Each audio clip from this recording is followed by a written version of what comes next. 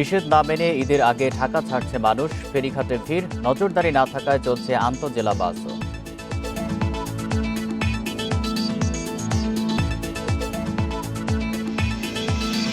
দেশে করোনার তৃতীয় ঢেউয়ের শঙ্কা, সংক্রমণ শূন্যে নামাতে উচ্চ ঝুঁকি এলাকায় দীর্ঘমেয়াদী লকডাউনের পরামর্শ।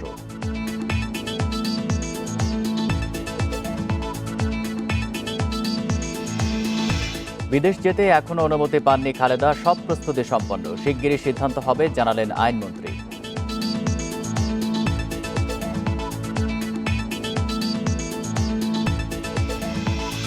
নির্বিচারে কাটা হচ্ছে চৌরাহার্দী উদ্যানের গাছ, উপেক্ষিত হয়েছে গাছ বাঁচিয়ে স্বাধীনতা স্তম্ভ নির্মাণের নকশা।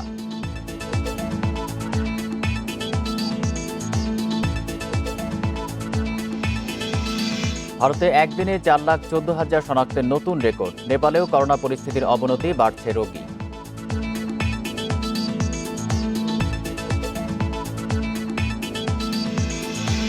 স্বাগত বিরতিহীন ইন্ডিপেন্ডেন্ট সংবাদে। আপনাদের সাথে আছি আমি আলী আশরাফ। শুনছিলেন শিরোনাম, জানাবো পুরো খবর। ঈদের বাকি আর সপ্তাহখানেক। ঈদের আগে শেষ শুক্রবারে সরকারের নির্দেশ উপেক্ষা করে ঢাকা ছাড়ছে মানুষ। আন্তঃজেলা বাস বন্ধ থাকলেও নানা উপায়ে মানুষ বাড়ি ফেরায় বাড়ছে করোনা সংক্রমণ ঝুঁকিও। সকাল থেকে মহাখালী, গাবতলী, সায়দাবাদ সহ বিভিন্ন টার্মিনালে দেখা গেছে ঈদে বাড়ি ফেরা মানুষের ভিড়। ঢাকার বাইরে বাস না গেলেও সিএনজি, প্রাইভেট কার, মোটরসাইকেল সহ বিভিন্ন ছোট ও হালকা যানবাহনে করে গ্রামের বাড়ি যাচ্ছে মানুষ। বেশিরভাগ মানুষই মানছে না স্বাস্থ্যবিধি, উপেক্ষিত হচ্ছে সামাজিক দূরত্ব। এদিকে রাজধানীর ভেতরে গণপরিবহন চালু হওয়ায় কমেছে নিত্য যাত্রীদের ভোগান্তি। তবে যাত্রীদের অভিযোগ, সরকার নির্ধারিত বাড়তি 60 ভাগের চেয়েও বেশি ভাড়া নেওয়া হচ্ছে।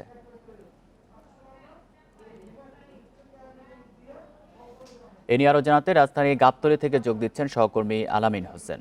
আলামিন, ঈদে মানুষকে বাড়ি না যেতে সরকারের পক্ষ থেকে বারবার বলা হচ্ছে, তারপরেও ঝুঁকি নিয়ে মানুষ যাচ্ছে, কেন তারা যাচ্ছে, কি বলছেন তারা? আশরাফ, সরকারের পক্ষ থেকে শুধুমাত্র সরকারি চাকরিজীবী যারা তাদেরকে কর্মস্থলে থাকতে বলা হয়েছে। অর্থাৎ এখন যারা যাচ্ছেন তাদের বেশিরভাগই বেসরকারি নানা প্রতিষ্ঠানে কর্মরত।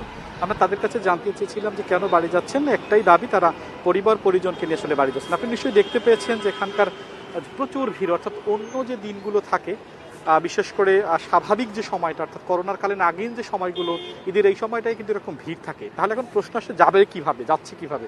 আন্তঃজেলা যেহেতু বাস চলাচল বন্ধ, আমরা দেখেছি বেশ কিছু আন্তঃজেলা বাস কিন্তু চলাচল করছে। অর্থাৎ তারা যেটা বলছে যে, এবং পাশাপাশি যে এক আসন খালি রেখে আর দুই আসনে একজন যাত্রী করে যে নেয়ার বিধান, সেটিও ভাঙছে।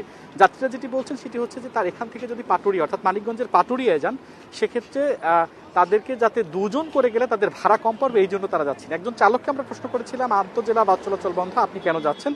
তিনি বলছেন পুলিশ যেই জায়গা থেকে তাকে ঘুরিয়ে দেওয়া দিবে সেই জায়গা থেকে তিনি সেখানে যাত্রী নামিয়ে দেবেন, এরকম একটা বিষয়। আপনি কিন্তু নিশ্চয়ই দেখতে পাচ্ছেন অসংখ্য মানুষ যাচ্ছে, এখানে কেউ বাইকে করে যাচ্ছে, আবার কয়েকজন সম্মিলিতভাবে প্রাইভেট কারে করে, অর্থাৎ একটি প্রাইভেট কার ভাড়া করে সেখানে যাচ্ছেন। স্বাস্থ্যবিধি চরমভাবে উপেক্ষিত। কেউ কেউ বলার চেষ্টা করছেন এর চেয়ে আন্তঃজেলা যে বাস বা দূরপাল্লার বাস চলাচল করলে অন্তত দুই সিটে একজন বসতো, সেক্ষেত্রে স্বাস্থ্যবিধি যতটা না মানা যেত, কিন্তু এইভাবে ভেঙে ভেঙে যাওয়ার কারণে সেই স্বাস্থ্যবিধি কিন্তু মারাত্মকভাবে লঙ্ঘিত হচ্ছে। পুলিশ হিমশিম খাচ্ছে নানা রকম। আসলে পুলিশ কাউকেই কোনোভাবে নিয়ন্ত্রণ করা যাচ্ছে না। আপনি নিশ্চয়ই দেখতে পাচ্ছেন যে মানুষ যাচ্ছে, কেউ শিক্ষার্থী যারা মাঝখানে যারা আসলে টিউশন করাতো তারা যাচ্ছে, বেসরকারি প্রতিষ্ঠানে কর্মরত যারা আছেন তারা যাচ্ছেন। কিভাবে যাচ্ছেন সেই তাদের একই প্রশ্ন। তারা ভেঙে ভেঙে যাবেন, এখান থেকে হয়তো আমিনবাজার পার হলে ওখান থেকে অটোতে করে নানানভাবে যাচ্ছেন আপনার। অর্থাৎ এখান থেকে আমরা আসার পরে, গণমাধ্যম কর্মীরা আসার পরে যেটি দেখেছি যে তারা বাসগুলোকে, অর্থাৎ গাবতলীতে প্রবেশ মুখে ঢাকার দিকে যে একটি ইউটার্ন রয়েছে সেখান থেকে তারা আসলে বাস ঘুরিয়ে দিচ্ছেন। এর বাইরেও তারা আসলে জিজ্ঞাসাবাদে আনার চেষ্টা করছেন, কিন্তু মানুষের সংখ্যা এত বেশি, মানুষ হচ্ছে যেইখানটা আসলে পুলিশের চেকপোস্ট রয়েছে এখানে একটি, সেই চেকপোস্টের অদূরে নেমে পায়ে হেঁটে তারা আমিনবাজার ব্রিজ পার হয়ে তারপর তারা ঢাকা ছাড়ছেন। এ হচ্ছে এখানকার পরিস্থিতি। যদিও এই সংশ্লিষ্ট বিষয় কেন যাচ্ছেন প্রত্যেকেরই একটি জবাব, সেটি হচ্ছে পরিবার পরিজনদের সাথে তারা আসলে ঈদ করতে যাচ্ছেন। আরেকটি বিষয় তারা বলার চেষ্টা করছেন, সেটি হচ্ছে যেহেতু 16 তারিখ পর্যন্ত লকডাউন ঘোষিত, লকডাউন 16 তারিখ পর্যন্ত, 16ই মে পর্যন্ত, তারা যেটি ভাবছেন যে হয়তো সেই লকডাউনটাকে আরও সামনের দিনে সরকার এক্সটেন্ড করবে, যার কারণে তারা আসলে মূলত বাড়িতে যাচ্ছেন। আশরাফ, গাবতলী থেকে জানাচ্ছেন সহকর্মী আলামিন হোসেন। এদিকে ঈদকে সামনে রেখে ঘরমুখী মানুষের চাপের কারণে ফেরিঘাটগুলোতে দেখা গেছে যানজট। আন্তঃজেলা বাস না চললেও বিভিন্ন ছোট ও হালকা যানবাহনে করে বাড়ি ফিরছে মানুষ। এছাড়া সরকারি নির্দেশনা অমান্য করে আজও দেশের বিভিন্ন জেলা থেকে ছাড়ছে আন্তঃজেলা বাস।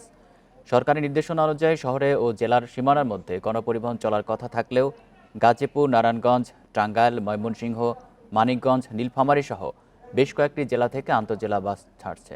এছাড়া মহানগর সহ জেলার ভেতরে চলা গণপরিবহনে মানা হচ্ছে না স্বাস্থ্যবিধি।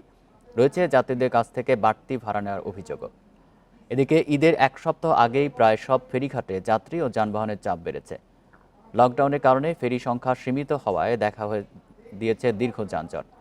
এছাড়া গাদাগাদি করে ফেরিতে ওঠায় বাড়ছে করোনা সংক্রমণের ঝুঁকি।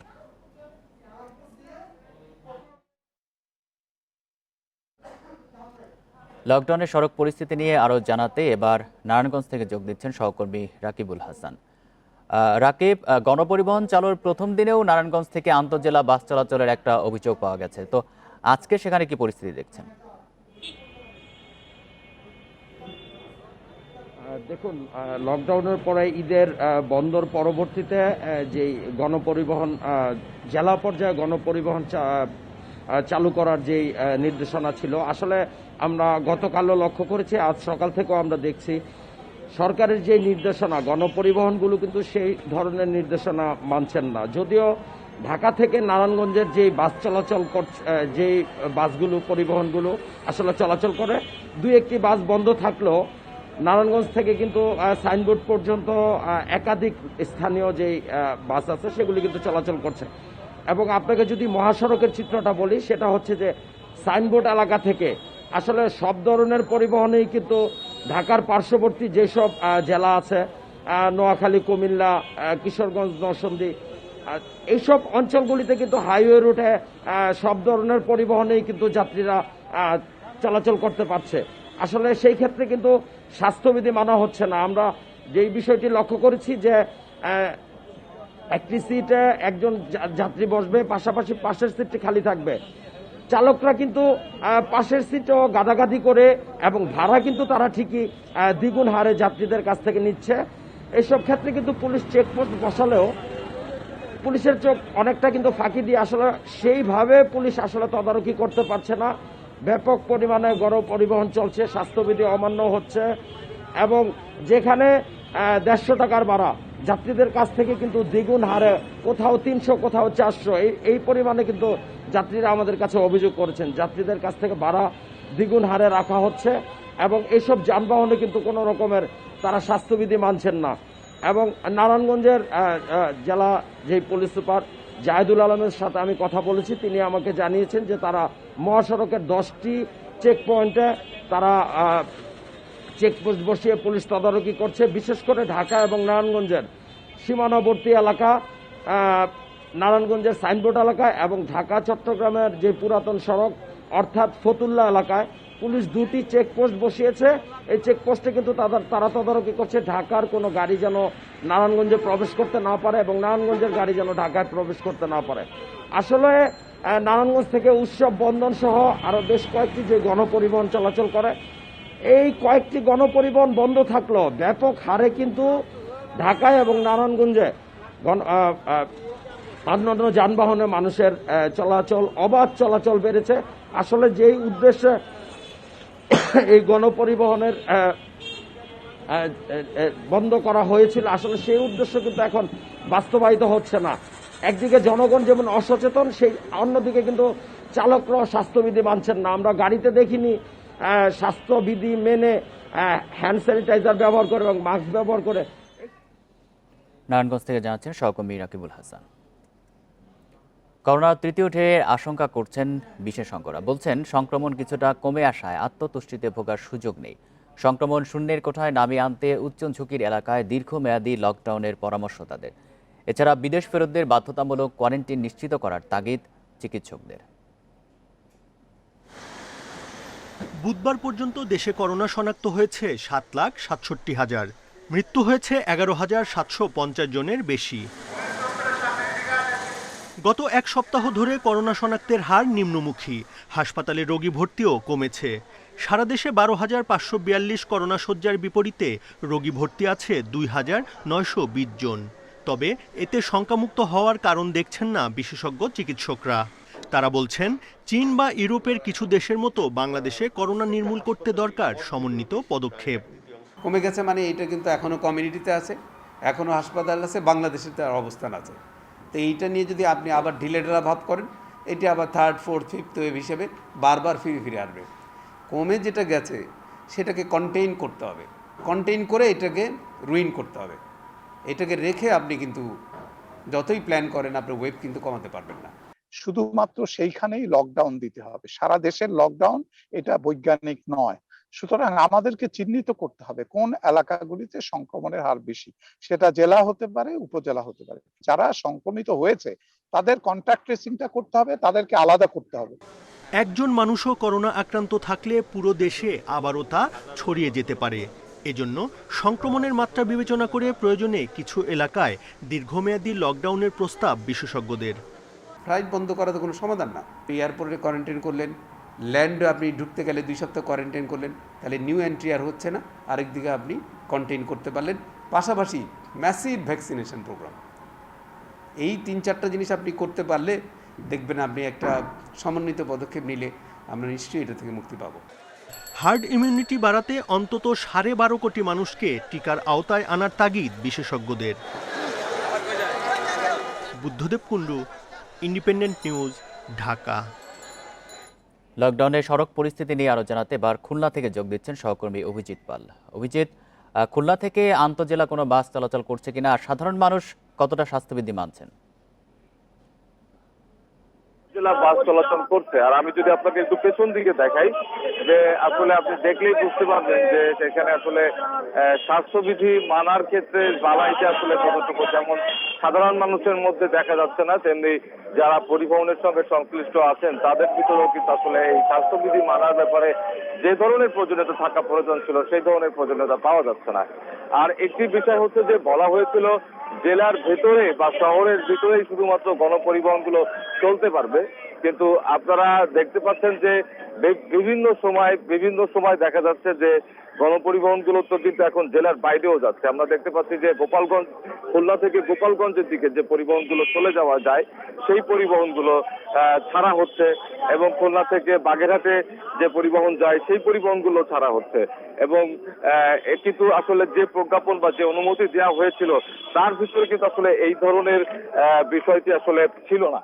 এবং আমরা বাসের ভিতরে যে পরিবেশ, সেই পরিবেশের ক্ষেত্রেও যে বলা হয়েছিল যে একটি সিট ফাঁকা এলাকায় রেখে তারপরে যাতায়াত করা, সেই বিষয়টি আসলে কতটুকু এখন পর্যন্ত নিশ্চিত হবে বলা যাচ্ছে না। যদিও আমরা এখন যে পরিবহনটিতে রয়েছি এই পরিবহনটিতে এখন আপনার বাসের পরিমাণটি কম রয়েছে বা যাত্রীর সংখ্যা কম রয়েছে, তার জন্য এখনো বোঝা যাচ্ছে যে স্বাস্থ্যবিধি কিছুটা মানা হচ্ছে।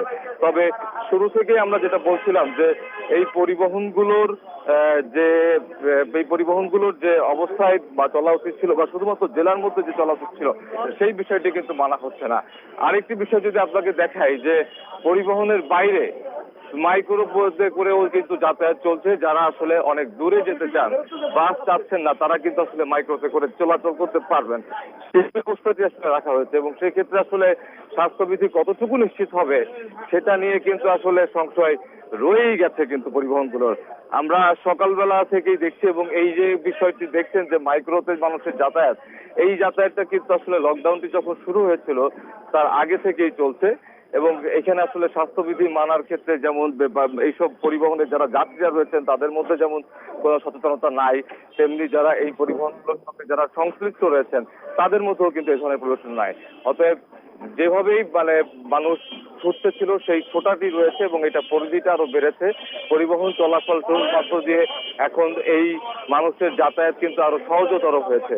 কিন্তু স্বাস্থ্যবিধি মানা বা অন্যান্য যে বিষয়গুলো রয়েছে, মাস্ক পরিধানের যে বিষয়গুলো রয়েছে, সেই বিষয়গুলো শুধুমাত্র লোক দেখানোই রয়েছে। যখন কোনো টেলিভিশন বা গণমাধ্যম এখানে আসে, অথবা যখন কোনো ম্যাজিস্ট্রেট বা টিম যখন এখানে অভিযান পরিচালনা করে, সেই ক্ষেত্রে শুধুমাত্র দেখা যায়। ধন্যবাদ আপনাকে। খুলনা থেকে জানাচ্ছেন সহকর্মী অভিজিৎ পাল। উন্নত চিকিৎসার জন্য খালেদা জিয়ার লন্ডনে যাবার আবেদনের বিষয়ে বৃহস্পতিবার সিদ্ধান্ত দেয়নি সরকার। যত দ্রুত সম্ভব এ বিষয়ে সিদ্ধান্ত দেওয়া হবে জানিয়েছেন আইনমন্ত্রী। এদিকে অনুমতি পাওয়ার সাথে সাথেই বিএনপি চেয়ারপারসনকে বিদেশে নেওয়ার সব প্রস্তুতি সম্পন্ন হয়েছে। এর আগে মানবিক বিবেচনায় খালেদা জিয়াকে বিদেশ যাওয়ার অনুমতি দিতে সরকারের প্রতি আহ্বান জানান মির্জা ফখরুল।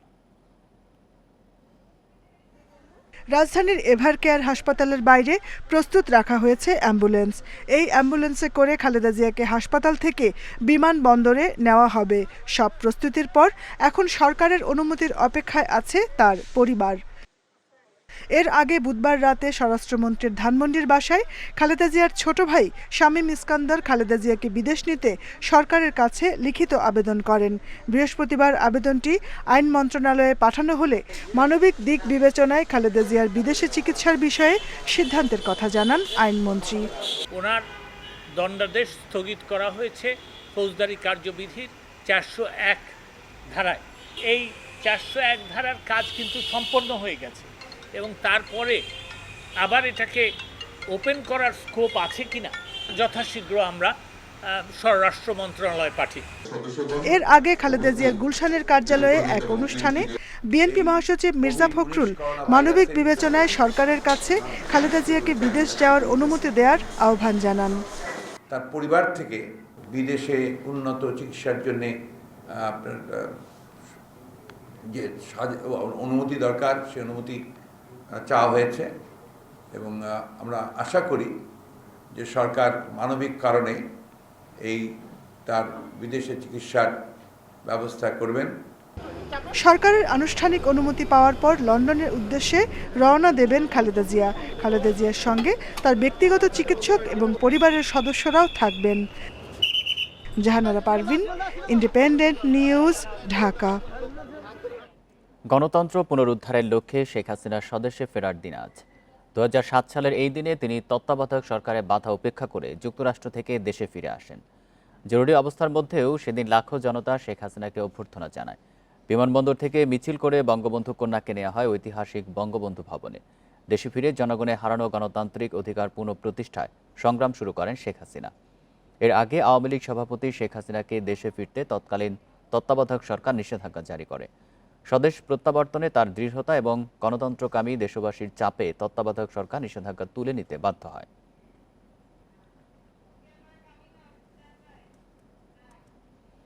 দেখছেন বিরতিহীন সংবাদ। এতে আরও যা থাকছে: অন্যের জীবন রক্ষায় ঝাঁপিয়ে পড়লেও নিজেরাই ঝুঁকিতে অগ্নিযোদ্ধারা, ঝুঁকিপূর্ণ ফায়ার স্টেশনে দুর্ঘটনার সংখ্যা।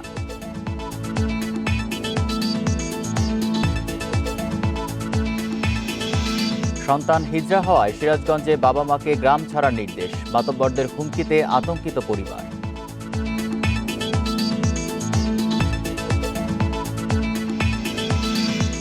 করোনা মহামারী পরিস্থিতির উন্নতি না হলে আগামী 1 জুলাই থেকে ঢাকা বিশ্ববিদ্যালয়ের সব পরীক্ষা হবে অনলাইনে।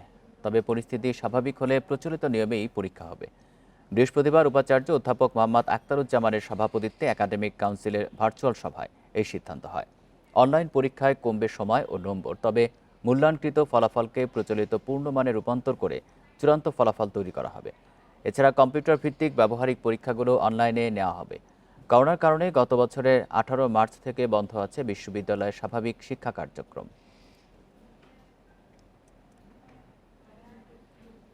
যশোরের সবগুলো আবাসিক হোটেল এখন ব্যবহার হচ্ছে ভারত ফেরতদের কোয়ারেন্টিন সেন্টার হিসেবে। বিশেষ ছাড়পত্র নিয়ে ভারত থেকে ফেরা বাংলাদেশিরা থাকছেন এসব হোটেলে। ভয়াবহ সংক্রমণের শিকার ভারত থেকে আসা অতিথিদের কাছ থেকে সংক্রমিত হওয়ার শঙ্কায় আছেন হোটেল কর্মী ও এলাকাবাসী। ভারতে করোনার নতুন ধরনের সংক্রমণ ছড়িয়ে পড়ায় গত 26 এপ্রিল দেশটির সাথে সীমান্ত বন্ধ করে দেয় সরকার। তবে বিশেষ ছাড়পত্র নিয়ে দেশে ফিরছেন অনেকে। সংক্রমণ রোধে ভারত ফেরতদের 14 দিনের কোয়ারেন্টিন বাধ্যতামূলক করা হয়েছে। এই লক্ষ্যে যশোরের 29টি হোটেল রিকুইজিশন করেছে স্থানীয় প্রশাসন। এছাড়া গাজীর দরগা মাদ্রাসা ও শেখ হাসিনা সফটওয়্যার টেকনোলজি পার্কেও কোয়ারেন্টিনে রাখা হয়েছে অনেককে। স্থানীয়রা বলছেন, কোয়ারেন্টিনে থাকা মানুষরা বাইরে না বেরোলেও যারা তাদের সংস্পর্শে আসছেন তাদের মাধ্যমে ছড়িয়ে পড়তে পারে ভাইরাস। হোটেলের নিচে অনেক দোকান আছে, তারপর হোটেলের স্টাফরা তারা বিভিন্নভাবে বাজারের ভিতর ঢুকছে এবং বিভিন্ন রকম কেনাকাটা করছে, আবার কোয়ারেন্টাইনে থাকা ওই সমস্ত যাত্রীদের সঙ্গে মিশছে। আমরা শঙ্কিত হচ্ছি, যেহেতু তারা অনেকেই দেখা যাচ্ছে পজিটিভ থাকলেও থাকতে পারে, কিংবা এই ইন্ডিয়ান ভাইরাসটা তাদের সাথে সংস্পর্শে যারা আছে, তারা যারা বাজারঘাটে ঘোরাফেরা করছে তাদের মাধ্যমে আবার আমাদের লোকালাইজ এটা ছড়িয়ে পড়ে কিনা। ভারত ফেরতদের মাধ্যমে করোনা আক্রান্ত হওয়ার শঙ্কায় দিন কাটাচ্ছেন হোটেল কর্মচারীরাও। সঠিকভাবে মাস্ক ও হ্যান্ড স্যানিটাইজার ব্যবহারের পরও আক্রান্ত হওয়ার সম্ভাবনা থেকেই যায় বলছেন তারা। তাদের করোনা মানে নেগেটিভ আসছে, তারপরেও দেখা গেল যে ওদের মধ্যে কোনো সিমটম থাকতে পারে, সেক্ষেত্রে তাহলে আমাদেরও তো সমস্যা। যারা এখানে হোম কোয়ারেন্টাইনে আছে তাদের সেবা করার ক্ষেত্রে, তাদের কাছে যাতায়াতের ক্ষেত্রে আমাদের তো সংক্রমণ হতে পারে, আমাদেরও তো ফ্যামিলিতে এটা ছড়াই পড়তে পারে, এটা তো আমাদের পক্ষে একটা আতঙ্ক। ভারত থেকে ফেরা জটিল রোগীদের যশোর মেডিকেল কলেজ হাসপাতাল, বক্ষব্যাধি হাসপাতাল ও উপশহর ক্লিনিকে রাখা হয়েছে। প্রয়োজন অনুযায়ী অন্যান্য জেলায়ও রোগীদের পাঠানো হচ্ছে, জানালেন সিভিল সার্জন। কেমোথেরাপি, রেডিওথেরাপি দেওয়ার প্রয়োজন বা কিডনি ডায়ালাইসিস প্রয়োজন বা এরকম যারা আরও বেশি খারাপ অবস্থায় রয়েছেন তাদেরকে আমরা দেশের বিভিন্ন টার্সিয়ারি লেভেলের হাসপাতালে আমরা সরাসরি রেফার করে দিচ্ছি এবং সেটা তারা ওখানে ভর্তি হচ্ছে কিনা সেটা আমরা নিশ্চিত করছি। ভারতের সাথে সীমান্ত বন্ধের পর ১৫০০-এরও বেশি বাংলাদেশি ফিরেছেন দেশে। প্রতিদিনই বিশেষ ছাড়পত্র নিয়ে আসছেন আরও অনেকে। Independent news desk. যাত্রী সেজে চালককে বোকা বানিয়ে বা অজ্ঞান করে ব্যাটারি চালিত অটোরিকশা চুরি করছে একটি চক্র। রাজধানী জুড়ে বিস্তৃত তাদের নেটওয়ার্ক। এই সংঘবদ্ধ চক্রের সদস্য ১৫ থেকে ২০ জন। এদের ৯ সদস্যকে গ্রেপ্তারের পর ডিবি জানাচ্ছে সবার বিরুদ্ধে চুরি, চাঁদাবাজি সহ একাধিক মামলা রয়েছে। রাজধানীতে ব্যাটারি চালিত অটোরিকশা চুরি হচ্ছে হরহামেশাই। রমজান মাসে রাজধানীর দক্ষিণখান ও এর আশপাশে চুরি হয় ১৭টি অটোরিকশা। রাজধানীতে ১৫ থেকে ২০ সদস্যের এমন একটি চোর চক্রের সন্ধানে নামে গোয়েন্দা পুলিশ। ঢাকা ও এর আশপাশে অভিযান চালিয়ে চক্রের ৯ সদস্যকে গ্রেপ্তার করে ডিবি। গোয়েন্দারা জানাচ্ছে এ চক্রের প্রধান বাবুল মিয়া। শিশির, অনেক, জামাল, মিলন এবং জাহাঙ্গীর চুরির পাশাপাশি চোরাই গাড়ি কেনাবেচাও করে। জসিম খান অটো চালককে ওষুধ খাইয়ে অজ্ঞান করে। তৈয়বুর আর মিন্টু চুরির পাশাপাশি জাল টাকা দিয়ে প্রতারণা করে। যখন গন্তব্যে পৌঁছতো তখন কয়েকটা ব্যাগ হাতে নিয়ে তখন অটোরিকশা চালককে বলতো বাকি ব্যাগগুলি তো আমি নিতে পারছি না, ভাই আমাকে একটু হেল্প করেন, আমি ওই জায়গাকে আমাকে একটু নামিয়ে দেন। যখনই অটোরিকশা চালক তাকে হেল্প করতে যেত তখন এই ফাঁক দিয়ে বাবুল মিয়া যারা সহযোগী থাকতো ওই এলাকায় তারা আস্তে করে অটোরিকশাটা নিয়ে চম্পট দিত। পুলিশ বলছে ব্যাটারি চালিত অটোরিকশা টার্গেট হলেও মাঝে মধ্যেই সিএনজি ও প্রাইভেট কারও ছিনতাই করে এ চক্র।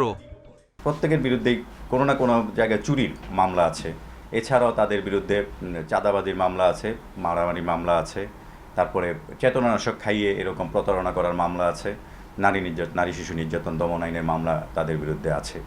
এখনও চক্রের কমপক্ষে ১০ সদস্য পলাতক, তাদের ধরতে অভিযান চালাচ্ছে ডিবি।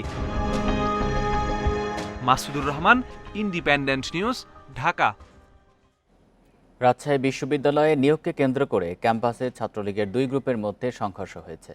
বৃহস্পতিবার মহানগর ছাত্রলীগের সাথে বিশ্ববিদ্যালয় ছাত্রলীগ নেতাকর্মীদের ধাওয়া, পাল্টা ধাওয়া ও সংঘর্ষ হয়। তবে বিদায়ী উপাচার্যের নিয়োগ দানের বিষয়টি তদন্তে কমিটি গঠন করেছে শিক্ষা মন্ত্রণালয়। নিয়োগের পক্ষে বিপক্ষে কদিন ধরেই ক্যাম্পাসে উত্তেজনা চলছিল।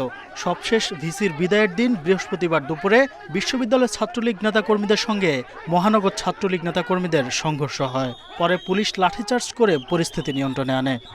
হাত খাম করে দিয়েছে, পিঠে অনেক কটা খাম ফুটা, আমাকে অনেকভাবে নিয়েছে, আমার গেঞ্জি টেঞ্জি যা ছিল সব ছিঁড়ে দিয়েছে। কর্মকর্তা কর্মচারী সবাই দেখার পরে তখন সবাই ঐক্যবদ্ধ হয়ে তাদেরকে তাড়া দেয়।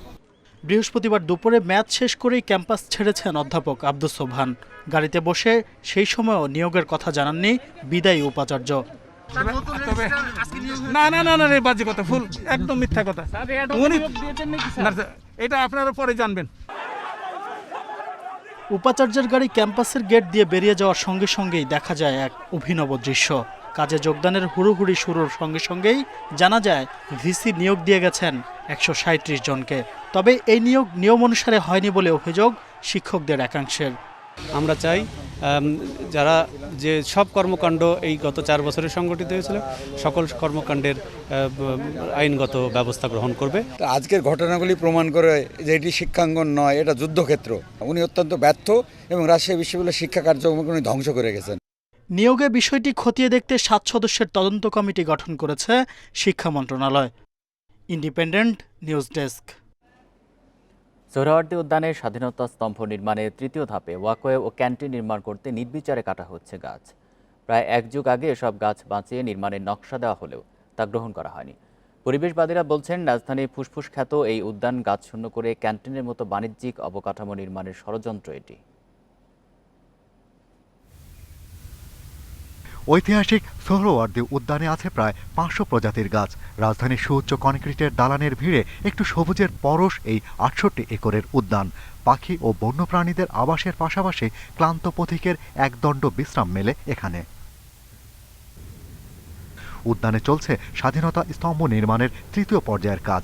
ওয়াকওয়ে, পাবলিক টয়লেট ও 7টি ক্যান্টিন নির্মাণের জন্য নির্বিচারে কাটা হচ্ছে কয়েক দশকের পুরনো গগন শিরীষ, গামারি, অশোকসহ শতাধিক গাছ।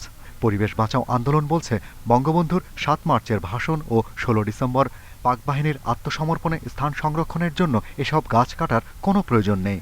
বেসিক্যালি একটা রেস্টুরেন্ট পার হয়ে যাবে, ল্যান্ডস্কেপটাকে বিবেচনা রেখে কিন্তু স্থাপনাগুলো করা হচ্ছে না। সেইগুলোর যেগুলো করা হচ্ছে সেটারই আমরা বিপক্ষে, বিশেষ করে রেস্টুরেন্ট এবং ওয়াকওয়ের যে আমরা গুরুতর বিরুদ্ধে। অনুসন্ধানমূলক অনুষ্ঠান তালাশে দেখছেন বিরতিহীন সংবাদ। এতে আরও যা থাকছে: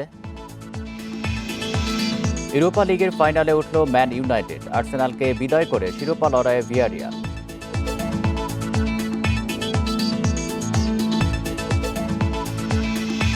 লরিয়াস ওয়ার্ল্ড স্পোর্টস অ্যাওয়ার্ডে বর্ষসেরা ক্রীড়াবিদ হলেন নাদাল এবং ওসাকা, সেরা দল বায়ার্ন মিউনিখ।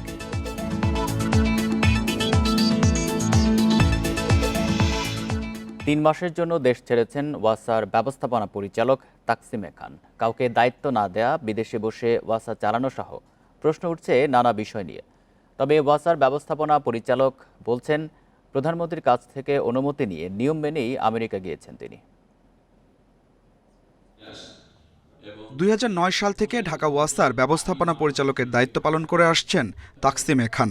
দীর্ঘ এ সময়ে আলোচনায় এসেছেন বহুবার। করোনার মধ্যে 3 মাসের ছুটিতে বিদেশ যাত্রা নিয়ে নতুন করে আলোচনায় তিনি। এবার প্রশ্ন উঠেছে, কাউকে দায়িত্ব না দিয়েই বিদেশ গেছেন তাকসিম খান। তবে ওয়াসার এমডি জানিয়েছেন, রুটিন কাজের জন্য তিনি পরিচালক আবুল কাশেমকে দায়িত্ব দিয়ে গেছেন। বিদেশ যাওয়ার প্রক্রিয়াটি যথাযথ আইন মেনেই হয়েছে বলে জানান তিনি। ওয়াসা অ্যাক্ট 1996-এর 28 নম্বর ধারার 10 নম্বর উপধারায় ব্যবস্থাপনা পরিচালক যদি কোনো সময় তার দায়িত্ব কাউকে হস্তান্তর করতে চায়, তাহলে যেভাবে করার নিয়ম আমি সেইভাবে করে দিয়ে আসছি। অর্থাৎ বোর্ডের অনুমোদন সহ আমাকে একটা লিখিত দিতে হবে কাকে কি দায়িত্ব আমি দিয়ে গেলাম এবং কোন কোন দায়িত্ব আমি দিলাম আর কোন কোন দায়িত্ব আমি দিলাম না। তো সেটা আমি দিয়েও আসছি।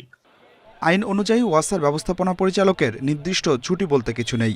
তাই বিদেশে বসে দায়িত্ব পালন নিয়ে প্রশ্ন তোলার সুযোগ নেই বলেও জানান তাকসিম খান। সরকারি কর্মকর্তা 12 দিনে 1 দিন ছুটি, আমার সেরকম কিচ্ছু নাই লেখা। এবং আমাকে লেখা আছে সার্বক্ষণিক কর্মকর্তা। আমি যেখানেই থাকি না কেন, যেভাবেই থাকি না কেন, কার্য সম্পাদনের জন্য আমিই দায়ী থাকি। কাজে ওয়াসা অ্যাক্ট অনুযায়ী এটা সবটাই ঠিক আছে। প্রশ্নটা ওইখানেই এসছে যে যিনি বা যারা প্রশ্ন করেছেন, অবশ্যই এটা উদ্দেশ্যমূলক প্রশ্ন করাটা। বিদেশ যাওয়ার কারণ হিসেবে রুটিন মেডিকেল চেকআপ এবং পরিবারের সঙ্গে দেখা করার বিষয়টি জানান তিনি। 25 এপ্রিল থেকে 24 জুলাই পর্যন্ত ছুটি কাটিয়ে দেশে ফিরবেন ওয়াসার ব্যবস্থাপনা পরিচালক।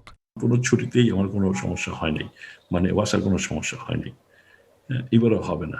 Adilur Rahman, Independent news, Dhaka. কেউ 2 বছর, কেউ বা 1 যুগ, অনেকে আবার শেষ কবে পরিবারের সঙ্গে ইফতার করেছেন তা প্রায় ভুলেই গেছেন। বলছি জেলখানার কয়েদিদের কথা, যাদের ইফতার আয়োজনের সঙ্গে মিশে আছে নানা স্মৃতি, সুখ দুঃখ, হাসি কান্না। এটি কোনো উৎসব কিংবা বিয়েবাড়ির আয়োজন নয়। রমজান উপলক্ষে কারাবন্দীদের খাবার প্রস্তুতে ব্যস্ত একদল কয়েদি। পরিবার পরিজনকে ফেলে সহবন্দীদের জন্য খাবার প্রস্তুতেই যেন তাদের আনন্দ। যদিও পরিবারের কথা বলতেই আবেগে আপ্লুত হয়ে পড়েন তারা। দুটো সন্তান, স্ত্রী, বাপ নাই, অনেক কষ্টের আছে। সবসময় লকআপ হইলে আর কি কষ্ট লাগে মনে। কিস্তি দিয়া আমার মা সেই মোটরসাইকেল আমার কিনে দিয়েছিল, সেই মাটা মারা গেছে। আমি জেলেতে দেখতে পারিনি, মাটি দিতে পারিনি। 3 দিন পর খবর পাইছি। বাড়ির ফ্যামিলির সাথে একসাথে ঈদ করি, অন্তত সাজা দিচ্ছি। আমি তো আসলে তো যেতে পারি টাটকা। এক পক্ষ যখন খাবার প্রস্তুতে ব্যস্ত, অন্য পক্ষ দাঁড়িয়ে গেছে খাবার গ্রহণে। হতভাগা এ মানুষগুলোর অপরাধ আর সাজা ভিন্ন হলেও দুঃখগুলো প্রায় একই। ফিরে যেতে চায় সেই হারানো দিনে, যেখানে সবাই মিলে আনন্দ উল্লাসে ইফতার করতেন তারা। জেলখানার ভিতরে আজকে আমি অনেক ভালো আছি, তবে সফল লাগে আমার, মানে বাপ মানিয়ে সবাই দেখে যাই হয়, তারপরে আমি আর কি বলবো, এই আমার। এটা আমরা তো পাষাণ হয়ে গেছি, 12 বছর জেল কাটলে মানুষের মন থাকে না। এই সময়গুলো কি কষ্ট বেশি দেয়? একটু অবশ্যই কষ্ট লাগবে, আর এখন আমাদের সয়ে গেছে, এখন আর কিছু করার নেই। তবে প্রতিক্ষণেই এসব ভুলে যাওয়ার চেষ্টাও আছে তাদের মাঝে। নিয়তির আপন নিবাসে পরকেই তারা আপন করে ভাবতে শিখে গেছে। ইফতারের আগ মুহূর্তে সেই আপনদের নিয়েই শূন্যতা পূরণের চেষ্টা করে তারা। তবুও আবেগ যেন বাধা মানে না। অপরাধের একটা যে করছি, হয়তো করছি বা করি না, এটা আল্লাহ পাক জানে। এখানে আমি 14 বছর ধরে আমার মাকে, আমার ফ্যামিলিকে, সবাইকে মিস করতেছি। সবাই তো মনে করে জেলেই আছে, এই মনে করে ওই কেউ মানে মন চাইলে 6 মাসে 9 মাসে একবার আসে। চোখের পানি পড়তে পড়তে একবার অন্ত হয়ে গেছিলাম করে জেলা সারে করে জেলা সারে 8 আমার পাঠাইছে বার মেটে গেলে পাঠাই পরে চিকিৎসা করে আমার এইসব পালা করে নিয়ে আসে। ছেলে আছে 2জন, আমার ওয়াইফ বাড়িতে আছে, মা মারা গেছে। ইফতার শেষে আবার সেই 4 দেওয়ালের বন্দি দশা। পড়ে রয় শুধু নিস্তব্ধতা, আর আপন মনে তারা করে যায় সৃষ্টিকর্তার ইবাদত। Suman Tanvir, independent news, Dhaka. সন্তান হিজড়া, তাই সালিশি বৈঠকের মাধ্যমে বাবা মাকে ভিটে মাটি বিক্রি করে গ্রাম ছাড়া রায় দিয়েছেন গ্রাম্য মাতব্বরেরা। ঘটনাটি ঘটেছে সিরাজগঞ্জ জেলার উল্লাপাড়া পৌর এলাকার চর ঘাটিনা গ্রামে। মাতব্বরদের হুমকি এবং অত্যাচারে আতঙ্কিত পরিবারটি। তবে এই ঘটনায় দোষীদের শাস্তি দাবি করেছে সচেতন এলাকাবাসী। সিরাজগঞ্জের উল্লাপাড়া পৌর এলাকার চর ঘাটিনা গ্রামের দরিদ্র দিনমজুর হাফিজের ছেলে মনিরুজ্জামান মনির 10 বছর আগে শারীরিক পরিবর্তনের কারণে সে তৃতীয় লিঙ্গে রূপান্তরিত হয়। এরপর গ্রামের মানুষের অত্যাচারে চলে যান শাহজাদপুরে হিজড়াদের আস্তানায়। সম্প্রতি এলাকার মাতব্বররা মনিরের পরিবারের কাছে চাঁদা দাবি করলেও না পেয়ে গ্রাম্য সালিশ করে 1 মাসের মধ্যে ভিটেমাটি বিক্রি করে গ্রাম ছেড়ে যাওয়ার রায় দেয়। পাশাপাশি তাদেরকে নানান ভয়ভীতি প্রদর্শন এবং মারধর করারও অভিযোগ উঠেছে। তোমরা বাড়িঘর কার কাছে বেচবে তা আমরা জানি না, কিন্তু আমাদের মধ্যে গ্রামের কেউ লিবে না। তোমাদের আপনজনের কাছে বাড়ি বেচে থুয়ে তোমাদের হেনে চলে যাওয়া লাগবে, 1 মাস পর চলে যাওয়া লাগবে। 1 মাসের রায় দিছে। গ্রাম জানি আমাকে, তারা জানি সুস্থ হলে জানি আমাকে রাখে, এরকম চাপ সৃষ্টি মারধর আমাকে জানি না করে। পরিবারটির পাশে দাঁড়িয়েছে স্থানীয় রাজনৈতিক নেতারা। এছাড়া মাতব্বরদের আইনের আওতায় আনার দাবি জানিয়েছেন এলাকার মানুষ। সমাজচ্যুত করা হয়েছিল, যারা মুরব্বীরা ছিলেন তাদেরকে করেছিল, সিদ্ধান্ত দিয়েছিল, তারা কিন্তু আজকে প্রশাসনিকভাবে তারা আটক আছে।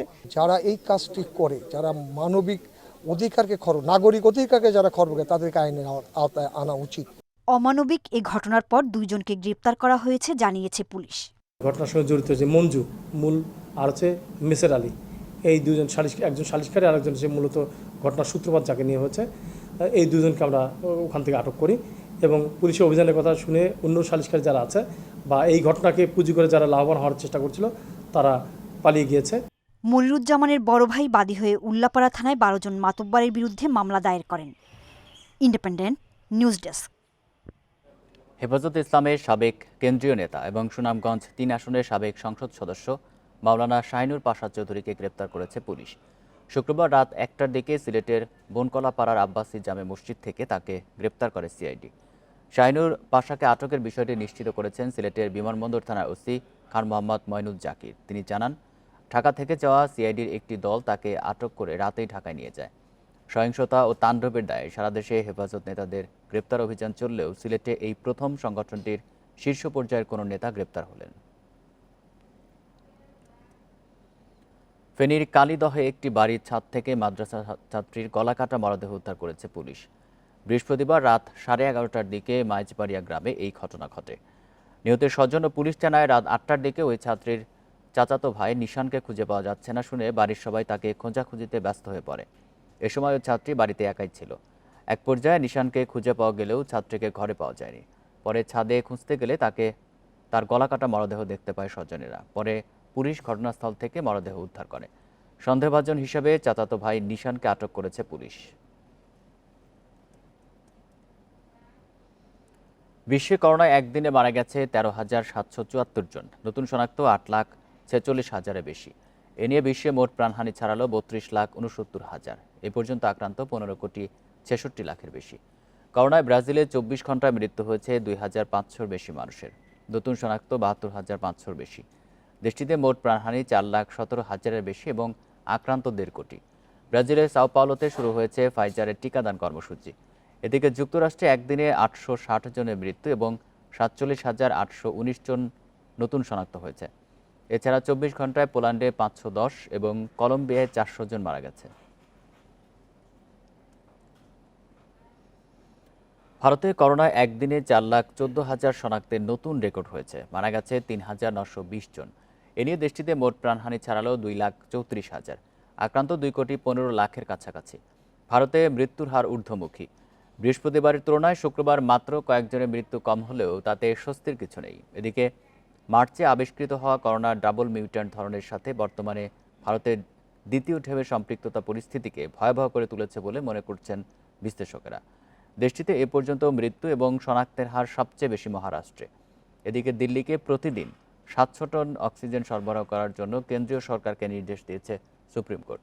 এদিকে অস্ট্রেলিয়া সরকার ভারতে আটকে পড়া নাগরিকদের দেশে ফিরিয়ে নিতে শীঘ্রই ফ্লাইট চালু করবে।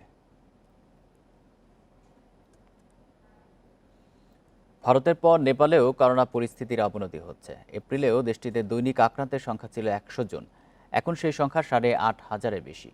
রোগীর ঢল সামলাতে হিমশিম খাচ্ছে হাসপাতালগুলো। টিকা কার্যক্রমও চলছে ঢিমে তালে। পরিস্থিতি মোকাবেলায় দেওয়া হয়েছে লকডাউন, বন্ধ অভ্যন্তরীণ ও আন্তর্জাতিক ফ্লাইট চলাচল।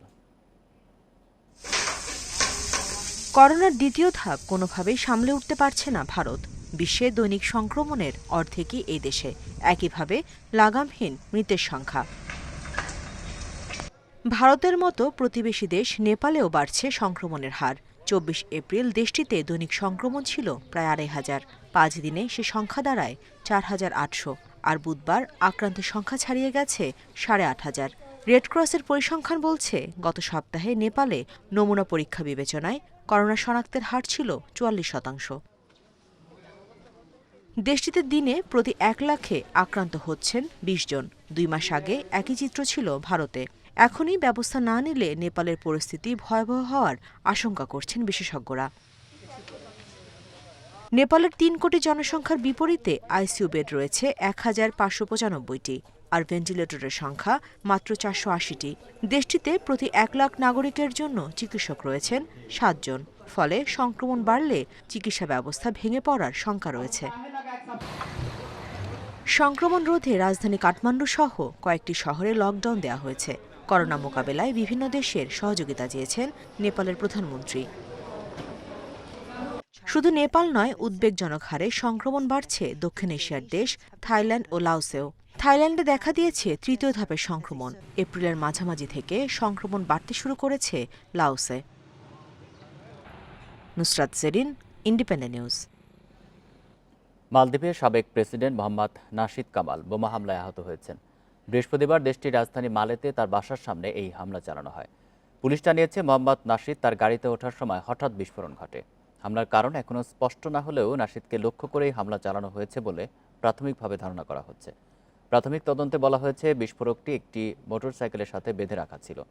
53 বছর বয়সী নাশিদকে হাসপাতালে চিকিৎসা দেওয়া হচ্ছে, তবে তার শারীরিক অবস্থা স্থিতিশীল।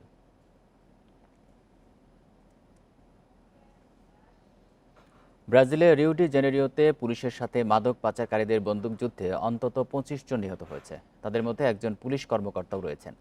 ব্রাজিলে জাকা রেজিনহো এলাকায় মাদক পাচারকারীদের বিরুদ্ধে পুলিশের অভিযানের সময় কোলাগুলি এই ঘটনা ঘটে।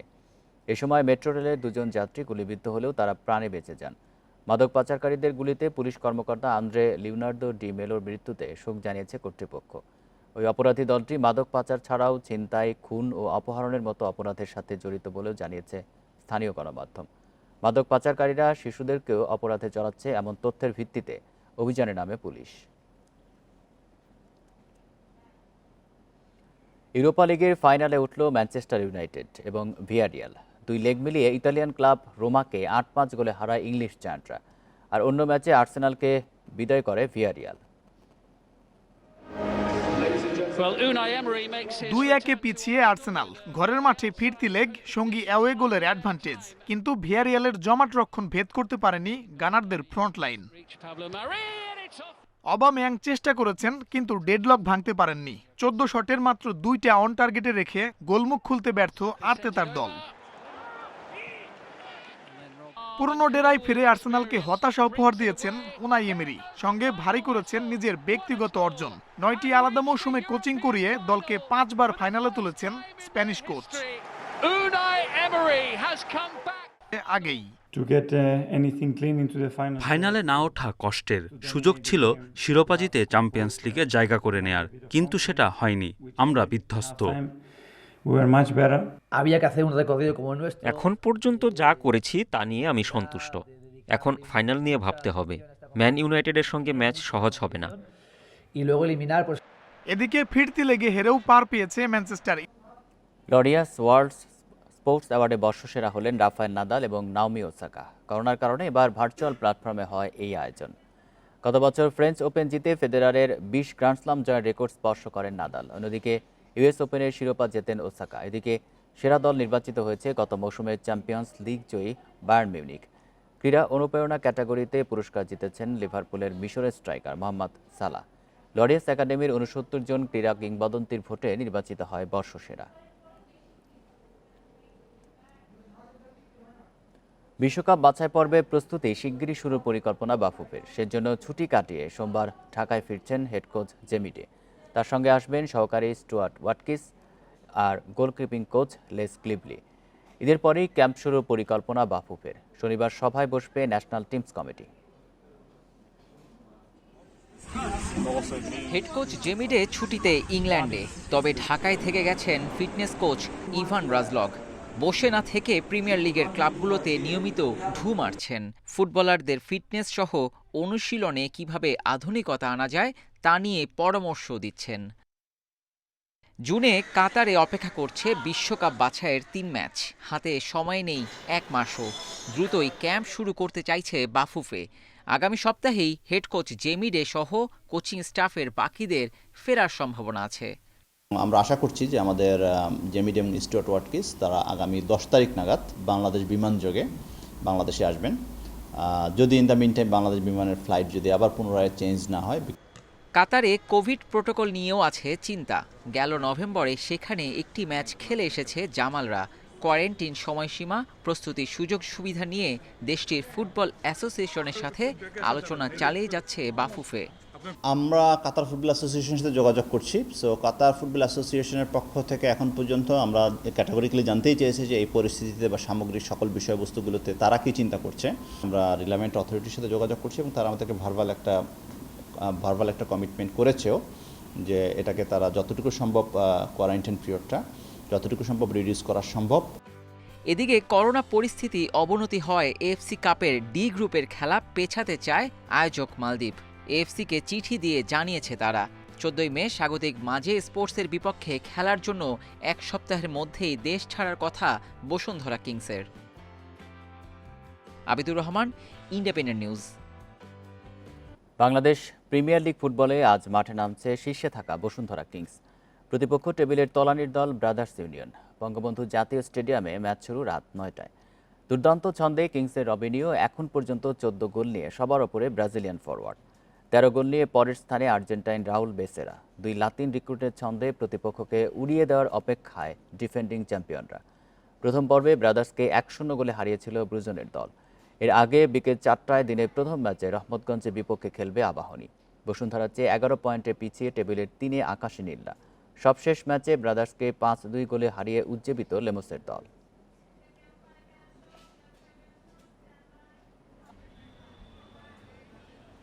এ ছিল এখনকার সংবাদে। ইন্ডিপেন্ডেন্ট টেলিভিশনের সব খবরের আরও বিস্তারিত জানতে চোখ রাখুন ফেসবুক, ইউটিউব এবং টুইটারে। ধন্যবাদ সবাইকে।